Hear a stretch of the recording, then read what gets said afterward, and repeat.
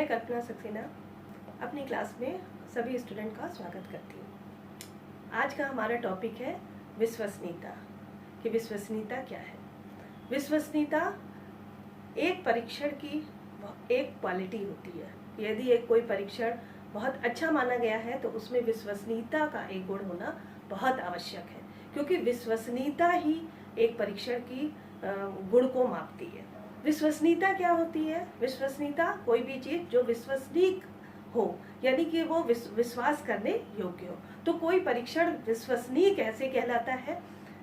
यदि कोई परीक्षण को हम बार बार किसी समूह पर प्रशासित करते हैं और उसमें जो भी प्राप्तांक आते हैं, जो छात्रों को अंक प्राप्त होते हैं, उन प्राप्तांकों में समानता होती है। यदि एक बार हम परीक्षण करते हैं, देते हैं उन छात्रों को करने के लिए, किसी भी समूह को, उन छात्रों के नंबर एक बार जैसे आते हैं वैसे ही दोबारा कुछ समय बाद फिर हम यदि उस परीक्षण को उन छात्रों को करने के देते हैं और उसके बाद भी उनका अंक समान आता है, तिबारा भी करने को देते हैं और तिबारा भी उनके अंक समान आते हैं, यानी कि किसी परीक्षण को यदि किसी समूह पर, छात्रों को किसी समूह पर हम बार बार प्रशासित करते हैं और उनके अंकों में समानता होती है, तो वो परीक्षण हमारा विश्वसनीय कहलाता है। कोई भी परीक्षण में विश्वसनीयता का गुण होना बहुत आवश्यक है। मान लीजिए एक लड़का है जिसका नाम मान लीजिए रमेश है, उसको हमने उसकी बुद्धि को मापने के लिए हमने बुद्धि परीक्षण करने को दिया।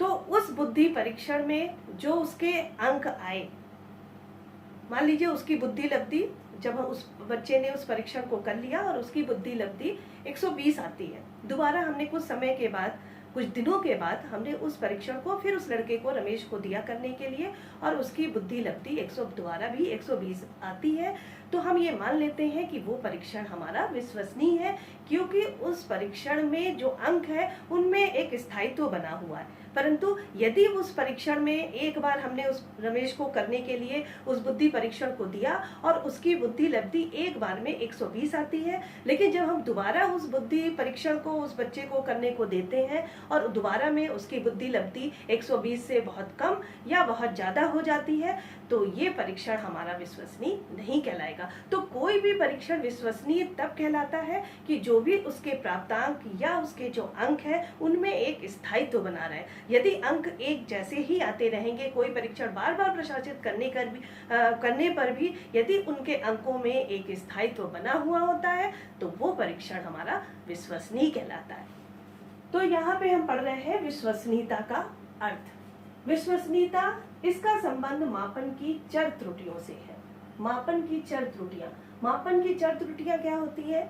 मापन की चर त्रुटियों से मतलब होता है कि कोई भी चीज अगर हम माप रहे हैं या नापते हैं और उनमें कोई त्रुटि आ जाए, तो वो हमारा मापन की चर त्रुटियां कहलाती है। मापन की चर त्रुटियों में क्या है कि मान लीजिए हमने किसी बुद्धि परीक्षण का निर्माण किया और उसको हमने, क्योंकि हमें बुद्धि परीक्षण का निर्माण हमने सिर्फ किसी भी बच्चे की बुद्धि को मापने के लिए किया है और उस परीक्षण में किसी प्रकार की त्रुटि हो जाती है। हो सकता है कि कोई जो निर्देश उसमें दिए गए हैं वो स्पष्ट नहीं हो, या उसमें जो प्रश्नों की संख्या है वो कम हो, या उसमें जो प्रश्नों के साथ जो अंक प्रदान किए गए हैं वो गलत हो गए हो।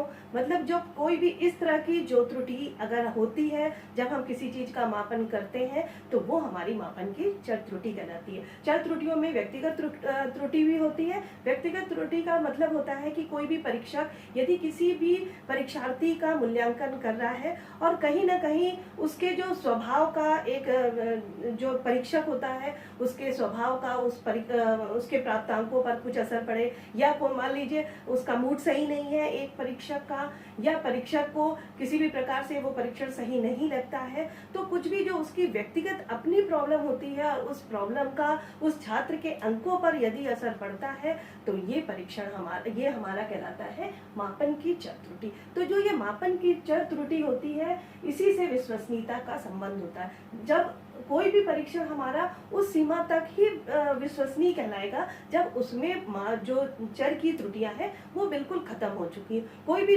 जब परीक्षण विश्वसनीय तब होता है जब उसमें मापन की कोई भी त्रुटियां ना हो, यानी कि किस सीमा तक त्रुटियों से मुक्त है, कि वो त्रुटियों से कितना मुक्त है। जितना ज्यादा वो त्रुटियों से मुक्त होगा उतना ही अधिक वो हमारा परीक्षण जो है वो विश्वसनीय कहलाता है। तो गिलफोर्ड के अनुसार विश्वसनीयता परीक्षण प्राप्तांकों में सत्य प्रसरण का अनुपात है। जो विश्वसनीयता है वो जो परीक्षण में जो प्राप्तांक मिलते हैं, जो छात्रों के प्राप्तांक होते हैं, उसी में सत्यता होनी चाहिए। जब जितना परीक्षण में जब भी कितनी भी बार उस किसी भी परीक्षण को हम बार बार किसी भी एक स्टूडेंट के ऊपर करते हैं, बार बार हम करते हैं, कुछ समय के बाद भी करते हैं, परंतु यदि उसके अंकों में, प्राप्तांकों में किसी भी प्रकार का कोई अंतर नहीं आता है तो वो परीक्षण हमारा विश्वसनीय कहलाता है। तो चलिए देखते हैं कि कुछ चीजें ऐसी भी हैं जो हमारे परीक्षण की विश्वसनीयता को प्रभावित करती हैं, जिसकी वजह से हमारे जो परीक्षण होता है वो उसकी विश्वसनीयता कम हो जाती है या अधिक हो जाती है। तो पहली चीज होती है परीक्षण की लंबाई। यदि हमने किसी भी परीक्षण में प्रश्नों की संख्या कम करी तो निश्चित सी बात है कि वो हमारी परीक्षण की विश्वसनीयता को कम करता है। तो इसीलिए यदि परीक्षण की लंबाई जो है वो बहुत ज्यादा महत्वपूर्ण होती है, जितना अधिक हम किसी परीक्षण में प्रश्नों की संख्या बढ़ाते जाते हैं, हमारी परीक्षण की विश्वसनीयता भी उतनी अधिक बढ़ती जाती है। दूसरी चीज है परीक्षण की सजातीयता। यदि कि परीक्षण की सजाती, जो भी परीक्षण में जो भी प्रश्न है यदि वो सजाती हैं तो तो उसकी विश्वसनीयता बढ़ती है। और यदि प्रश्नों में जो भी परीक्षण में जो प्रश्न है वो विजातीय है, यानी कि अगर उनमें विजातीय टाइप के प्रश्न होते हैं तो उस परीक्षण की विश्वसनीयता कम होती जाती है। तो ज्यादा से ज्यादा यदि हम किसी परीक्षण को विश्वसनीय बनाना चाहते हैं तो उसके लिए हमें प्रश्नों को सजातीय होना बहुत आवश्यक है। तीसरी चीज है हमारी विभेदन क्षमता। विभेदन क्षमता भी हमारी विश्वसनीयता को बहुत अधिक प्रभावित करती है। विभेदन क्षमता ज्यादा होने से हमारे जो परीक्षण होता है वो विश्वसनीय होता जाता है। जैसे जैसे हमारा विभेदन क्षमता अगर कम होगी तो हमारा परीक्षण जो है वो विश्वसनीय कम होगा। कठिनाई स्तर चौथा है हमारा कठिनाई स्तर। चौथी चीज ऐसी है जो कठिनाई स्तर की विश्वसनीयता को बहुत अधिक प्रभावित करती। जो भी एक परीक्षण हमने तैयार किया उस परीक्षण में जो प्रश्न है बहुत ज्यादा सरल हमने रख दिया तो भी वो बहुत ज्यादा विश्वसनीय नहीं होंगे, और या हमने बहुत ज्यादा कठिन भी प्रश्नों की संख्या रख दी तो भी हमारे जो वो परीक्षण है वो विश्वसनीय नहीं कहलाएगा। तो कोई भी परीक्षण जो है हमारा विश्वसनीय तब कहलाता है जब उसमें जो हमारी जो प्रश्नों की कठिनाई स्तर है वो मतलब एक जैसी हो, कि पहले थोड़े सरल भी प्रश्न होने चाहिए, थोड़े कठिन भी प्रश्न होने चाहिए, ये ना हो कि सिर्फ सरल ही सरल प्रश्न और या सिर्फ कठिन कठिन प्रश्न हो। तो जो कठिनाई स्तर है वो भी बहुत ज्यादा हमारी परीक्षण की विश्वसनीयता को प्रभावित करती है। अगला है योग्यता प्रसार। जितना अधिक हम योग्यता प्रसार वाले समूह लेते हैं उतनी अधिक परीक्षण की विश्वसनीयता बढ़ती जाती है। यदि एक समान योग्यता वाले परीक्षण को में हम लेते हैं तो वो परीक्षण की विश्वसनीयता को कम कर देता है। तो योग्यता प्रसार भी हमारी विश्वसनीयता को बहुत अधिक प्रभावित करता है। जितना अधिक योग्यता प्रसार वाले समूह, छात्रों के समूह को हम लेते हैं उतने अधिक परीक्षण की जो विश्वसनीयता है वो बढ़ती जाती है। अगली है हमारी गतिशीलता, यानी कि स्पीड टेस्ट जो टेस्ट होता है, यानी कि कोई भी परीक्षण को स्पीड टेस्ट होना चाहिए ना कि पावर टेस्ट। कोई भी जो परीक्षण है हमारा गति परीक्षण होना चाहिए ना कि उसमें शक्ति परीक्षण, क्योंकि ये जो गतिशीलता है ये हमारी विश्वसनीयता को बहुत अधिक प्रभावित करती है। और लास्ट हमारा है वस्तुनिष्ठता। वस्तुनिष्ठता जो हमारे ऑब्जेक्टिव टाइप के क्वेश्चंस होते हैं, क्योंकि उसके प्राप्त उत्तर जो है वो एक जैसे होते हैं, एक सटीक उत्तर होता है, उसमें भी किसी भी प्रकार का कोई बदलाव नहीं किया जा सकता है। तो एक परीक्षण की जो विश्वसनीयता है वो वस्तुनिष्ठता पर बहुत ज्यादा टिकी, क्योंकि कोई भी एक परीक्षण अगर जो वस्तुनिष्ठ होता है वो एक परीक्षण की क्वालिटी मानी जाती है। तो परीक्षण की विश्वसनीयता भी उसी पर आधारित होती है, क्योंकि मान लीजिए कोई एक क्वेश्चन दिया हुआ है उसका एक ही आंसर होगा तो वो परीक्षण हमारा निश्चित सी बात है वो हमारा विश्वसनीय होगा।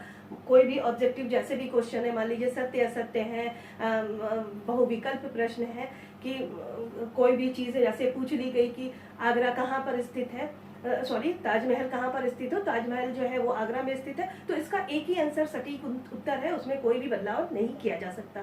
तो जो इस टाइप के जो प्रश्न होते हैं ये हमारे वस्तुनिष्ठ परीक्षण कहलाते हैं, और वस्तुनिष्ठता जो है वो किसी भी विश्वसनीयता को बहुत अधिक प्रभावित करती है। तो ये तो चीज थी कि विश्वसनीयता को प्रभावित करने वाले कौन कौन से तत्व हैं। अब कौन सी चीज है जो परीक्षण की विश्वसनीयता को बढ़ाती है, कि हम ये देखें कि कौन सी चीज हम ऐसी करें कि जो हमारा एक परीक्षण है ज्यादा से ज्यादा विश्वसनीय हो जाए। तो हम उसी के आधार पर कर सकते हैं कि जो प्रश्नों की संख्या है बढ़ा दी जाए, कि कोई भी जो परीक्षण है उसमें यदि हम प्रश्नों की संख्या बढ़ाते जाते हैं तो यदि हम परीक्षण की लंबाई बढ़ा देते हैं तो वो परीक्षण हमारा विश्वसनीय हो जाता है।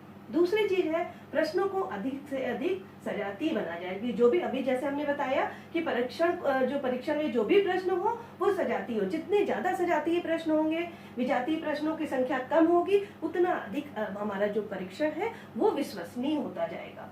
तीसरी चीज है अधिक विभेदक क्षमता वाले प्रश्न रखे जाए, कि जो भी चीज है, जो भी प्रश्न है उसमें अधिक से अधिक विभेदक क्षमता विभेद करने वाले हो, योग्यता का आकलन करने वाले हो। तो ये वाले जो प्रश्न हम अधिक से अधिक विभेदक क्षमता वाले प्रश्न रखते हैं तो एक परीक्षण हमारा विश्वसनीय होता जाता है। अगला है वस्तुनिष्ठ प्रश्न। जैसे अभी हमने यहाँ पे बताया कि चूंकि वस्तुनिष्ठ प्रश्न जो है वो सबका एक सटीक उत्तर होता है, तो और उसमें किसी भी प्रकार का पक्षपात की संभावना नहीं रहती है। तो इस टाइप के जो प्रश्न होते हैं तो ज्यादा से ज्यादा किसी भी परीक्षण में यदि हम वस्तुनिष्ठ टाइप के क्वेश्चंस रखते हैं, प्रश्न रखते हैं, तो वो एक परीक्षण की विश्वसनीयता को बढ़ा देती है। और अगला हमारा लास्ट है अधिक योग्यता प्रसार वाले समूह लिए जाए, कि जो भी हम जिन समूहों पर उस परीक्षण को हम करते हैं वो अधिक योग्यता वाले हो, और जितना अधिक योग्यता प्रसार वाले छात्र होंगे उतनी अधिक उस परीक्षण की विश्वसनीयता होगी। तो ये थे हमारे विश्वसनीयता की विश्वसनीयता क्या है। विश्वसनीयता के आधार पर ये चीजें हमने देखी कि विश्वसनीयता को कौन कौन सी चीज प्रभावित करती है, और एक परीक्षण के लिए, एक टेस्ट के लिए विश्वसनीय होना बहुत जरूरी है, क्योंकि एक अच्छी क्वालिटी अगर एक परीक्षण की हम देखें तो उसमें विश्वसनीयता का गुण होना बहुत आवश्यक है।